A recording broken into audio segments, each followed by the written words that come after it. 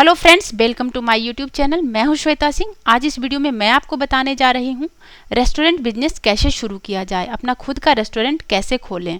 तो इससे संबंधित पूरी जानकारी दूंगी, तो इस वीडियो को लास्ट तक जरूर देखें।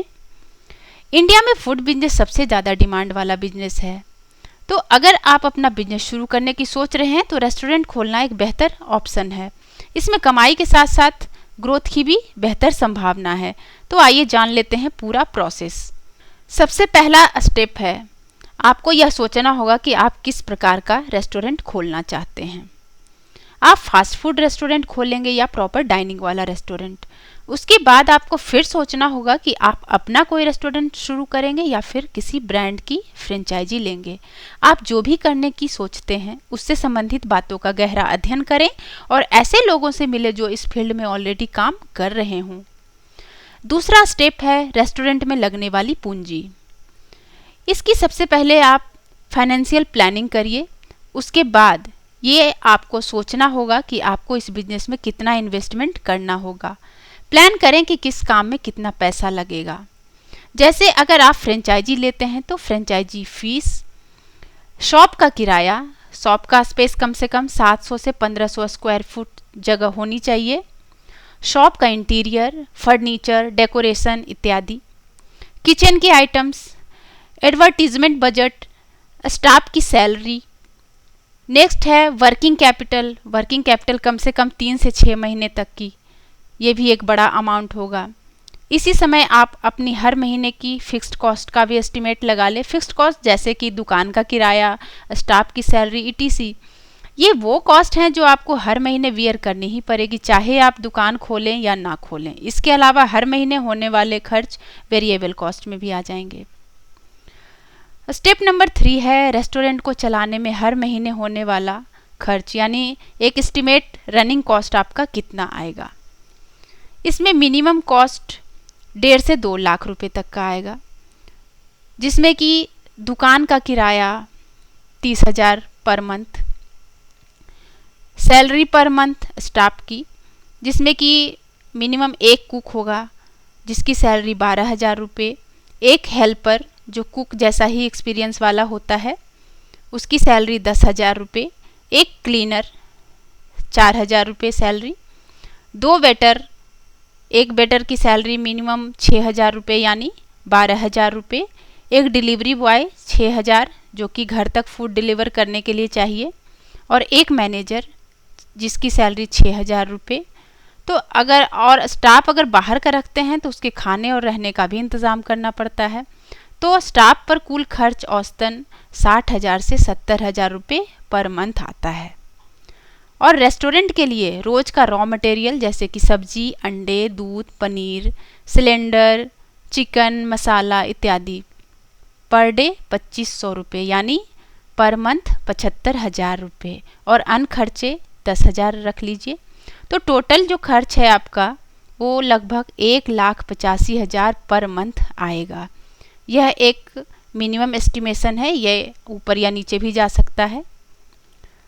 चौथा स्टेप है लोकेशन। रेस्टोरेंट खोलने के लिए स्थान बहुत महत्वपूर्ण होता है। आपको भीड़ भाड़ यानी क्राउडेड एरिया में रेस्टोरेंट खोलना चाहिए, जैसे कि मॉल में, बाजार में। अगर जगह अपना हो तो सक्सेस के ज़्यादा चांस होते हैं। अगला स्टेप है एडवर्टाइजिंग। 100 में से 95 रेस्टोरेंट खुलने के 6 महीने के अंदर ही बंद हो जाते हैं। सर्वाइवल के लिए एड्स बहुत ज़रूरी हैं। एड्स के माध्यम से जो ब्रांडिंग आप 1 साल में कर लेंगे उसे बिना एड्स के करने में 4 से 5 साल लग जाएंगे। पुरानी कहावत है, जो दिखता है वो बिकता है, और दिखाना है तो एडवर्टाइज तो करना ही पड़ेगा। विज्ञापन देने के लिए आपको रेस्टोरेंट के खुलने तक का इंतज़ार करने की ज़रूरत नहीं है। लोगों को आकर्षित करने के लिए आप अपने रेस्टोरेंट का प्रचार कुछ हफ्ते पहले भी आरंभ कर सकते हैं। इसके लिए आप स्थानीय एडवर्टाइजमेंट एजेंसी की मदद से पर्चों द्वारा अपने रेस्टोरेंट का प्रचार कर सकते हैं। शहर के प्रमुख जंक्शनों पर अपने रेस्टोरेंट के बैनर व पोस्टर लगवा सकते हैं। अखबारों में पैम्पलेट डलवा कर भी कर सकते हैं। अखबारों में ऐड देकर भी कर सकते हैं। सोशल मीडिया प्रमोशन एक बेहतर ऐड का तरीका है। फेसबुक, ट्विटर जैसे सोशल मीडिया प्लेटफॉर्म पर आजकल हर व्यक्ति जुड़ा रहता है, जिस वजह से यह मीडिया प्रचार का एक बहुत बड़ा माध्यम बन गया है। आप सोशल मीडिया पर अपने रेस्टोरेंट का एक पेज बना सकते हैं तथा ब्लॉग द्वारा आप रेस्टोरेंट के व्यंजनों की या आपके रेस्टोरेंट में आयोजित होने वाले फूड फेस्ट की जानकारी लोगों तक पहुंचा सकते हैं। लुभावने डिस्काउंट से आप ग्राहकों को अपनी ओर आकर्षित करने में सक्षम हो सकते हैं। जरूरी मौकों व त्योहारों पर ऐसे डिस्काउंट आपके रेस्टोरेंट के लिए फायदेमंद साबित हो सकता है। अगला स्टेप है गवर्नमेंट रिलेटेड क्या क्या फॉर्मेलिटीज करनी पड़ती है। तो सबसे पहले आपको the food safety and standards authority of India यानी FSSAI से लाइसेंस लेना होगा। लाइसेंस कई तरह के होते हैं, आपके लिए कौन सा सही रहेगा ये आपको देखना होगा। दूसरी चीज है आपको अपने स्टेट के डिपार्टमेंट ऑफ कॉमर्शियल टैक्स से टैक्स पेयर आइडेंटिफिकेशन नंबर यानी टिन लेना होगा। इसका प्रयोग वैल्यू एडेड टैक्स यानी वैट की प्रोसेसिंग के लिए होता है। यदि आपके रेस्टोरेंट में AC लगा है तो सरकार को सर्विस टैक्स देना होगा। यदि AC नहीं लगा है तो भी एक सर्टेन लेवल पे सेल होने के बाद आपको ये टैक्स देना पड़ता है। आप अपने रेस्टोरेंट में लोगों को काम पे रखेंगे, इसके लिए आपको लेबर डिपार्टमेंट में रजिस्ट्रेशन कराना होगा। अपने रेस्टोरेंट के लिए इलेक्ट्रिसिटी डिपार्टमेंट से एक कमर्शियल कनेक्शन लेना होगा। आपको म्यूनिसिपल कॉरपोरेशन से पानी का भी एक कनेक्शन लेना होगा। आपको फायर डिपार्टमेंट से एक NOC लेना होगा और अपने रेस्टोरेंट में एक फायर एक्सटिंग्विशर रखना होगा जो आपको 2,500 से 3,000 रुपये में मिल जाएगा। गैस सिलेंडर के लिए भी आपको किसी गैस एजेंसी से एक कॉमर्शियल कनेक्शन लेना होगा। अब नेक्स्ट स्टेप है रेस्टोरेंट का इंटीरियर। आप अपने रेस्टोरेंट को किस तरह का लुक देना चाहते हैं या आप पर निर्भर करता है। हालांकि आजकल बाजार में चीज़ों की कमी नहीं है, लेकिन खरीदने से पहले आपको सही चीज़ों का सही दाम पता करना होगा। इसके अलावा फर्नीचर काफ़ी आरामदेह व खूबसूरत होना चाहिए। नेक्स्ट स्टेप है मेन्यू। आज हम उस दौर में नहीं हैं जहां केवल भारतीय व्यंजनों को पसंद किया जाता है। अब ग्राहक हर कुजीन का स्वाद चखना पसंद करता है और कुछ व्यंजन उसकी पसंदीदा व्यंजनों की सूची में भी शामिल हो चुके हैं। इसलिए ग्राहकों को ध्यान में रखकर अपना मेन्यू डिसाइड करें। साथ ही आपके रेस्टोरेंट में मिलने वाले व्यंजनों के दाम अन्य रेस्टोरेंट से अधिक नहीं होने चाहिए। किसी रेस्टोरेंट के लिए शेफ की कितनी इंपॉर्टेंस है। खाने पीने के धंधे में कुक या शेफ बहुत बड़ी भूमिका निभाता है।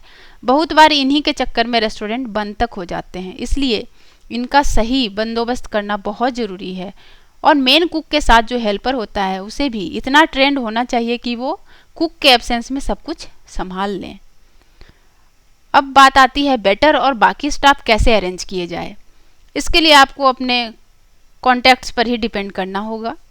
जितने लोगों से हो सके तो बताएं कि आपको वेटर चाहिए, क्लीनर चाहिए, डिलीवरी बॉय चाहिए।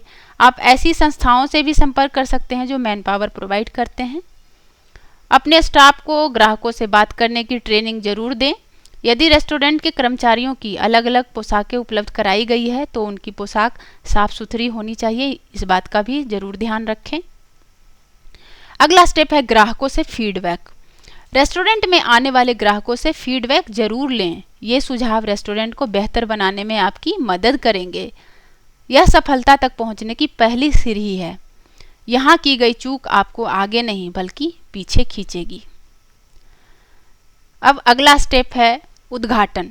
सभी एक्टिविटीज़ पूरी करने के बाद आप अपने ब्रांड न्यू रेस्टोरेंट के उद्घाटन के लिए तैयार हो जाएंगे। यहाँ पर आपको कुछ बातों का ध्यान रखना होगा, जैसे इनॉग्रेशन की डेट डिसाइड करना, इनविटेशन कार्ड छपवाना, चीफ गेस्ट को सेलेक्ट करना और उनको इनवाइट करना, बाकी लोगों को समय से कार्ड देना, पंडित और पूजा का सामान अरेंज करना इत्यादि। अब आइए जान लेते हैं कुछ ज़रूरी बातें जो फूड बिजनेस में आने वाले किसी भी एंटरप्रेन्योर को ज़रूर जाननी चाहिए। जो लोग इस बिजनेस को शुरू करना चाहते हैं, सबसे ज़रूरी बात यही है कि लोकेशन बिल्कुल सही चूज करें। और अगर किसी जगह पर अपनी खुद की प्रॉपर्टी है तो उससे सक्सेस के चांसेस 50% बढ़ जाएंगे। क्वालिटी से समझौता मत करिए। कस्टमर बनाने में समय लगता है पर तोड़ने में नहीं। जहाँ तक हो सके खाने पीने का रॉ मटेरियल खुद ही लाइए। सामान सही आएगा तो क्वालिटी मेंटेन की जा सकती है। स्टाफ के साथ बैलेंस बना के चलिए, न ज़्यादा सख्ती और ना ज़्यादा नरमी बरतिए। हर एक कस्टमर इम्पॉर्टेंट होता है, सभी के साथ अच्छा व्यवहार कीजिए। सेटिस्फाइड कस्टमर मिलकर जितना फ़ायदा करा सकते हैं उससे अधिक नुकसान एक अनसेटिस्फाइड कस्टमर अकेले ही करा सकता है। रेस्टोरेंट में एक टुडेज स्पेशल बोर्ड लगाना चाहिए। होता यह है कि आप इस पर जो भी लिख देते हैं वो सबसे अधिक बिकता है। रोज़मर्रा के सामान के लिए आपने जो वेंडर फाइनल किए हैं उन्हें बीच बीच में मार्केट से क्रॉस चेक करते रहिए कि कहीं वो ज़्यादा तो नहीं ले रहा। कॉस्ट को हर स्टेज पर कंट्रोल करने की आदत डालिए। अगर आप इस पर ध्यान नहीं देंगे तो ये बहुत तेज़ी से ऊपर भाग जाएगी। कोई भी चीज़ लेनी हो तो मार्केट में घूमिए, सर्वे कीजिए और कॉस्ट कंपेयर करके ही लीजिए, फिर चाहे आप सब्जी ले रहे हो या फर्नीचर। छोटे से छोटे खर्चों का भी लिखित हिसाब रखिए, तभी आप जान पाएंगे कि कितना इन्वेस्ट हुआ और कितना प्रॉफिट हुआ। अब सबसे ज़रूरी बात की इस बिजनेस में आपकी कमाई कितनी होगी। आपके रेस्टोरेंट को जमने में 4 से 6 महीने तक का समय लग सकता है। 2 से 3 महीने के बाद कमाई शुरू हो सकती है। सब कुछ आपके और आपके स्टाफ की कड़ी मेहनत पर निर्भर करेगा। अगर एक बार रेस्टोरेंट सही से चल गया तो कमाई कई गुना बढ़ सकती है। तो दोस्तों, ये था अपना खुद का रेस्टोरेंट कैसे खोले, इससे संबंधित पूरी जानकारी। मैंने इस वीडियो में कोशिश की है सारे पहलुओं को ध्यान में रखने की, लेकिन इसके अलावा भी अगर आपके मन में कोई सवाल है तो कमेंट करके पूछ सकते हैं। उम्मीद करते हैं इस वीडियो से आपको फ़ायदा होगा। अगर आपको मेरा यह वीडियो पसंद आया हो तो लाइक और शेयर ज़रूर करें। अगर आपने हमारा चैनल श्वेता टेक टिप्स अभी तक सब्सक्राइब नहीं किया है तो कर लीजिए, ताकि मेरे नए वीडियो के अपलोड्स की जानकारी आपको मिलती रहे। मैं आपसे फिर मिलूंगी एक नए बिजनेस आइडिया के साथ। Thanks for watching my video. Bye.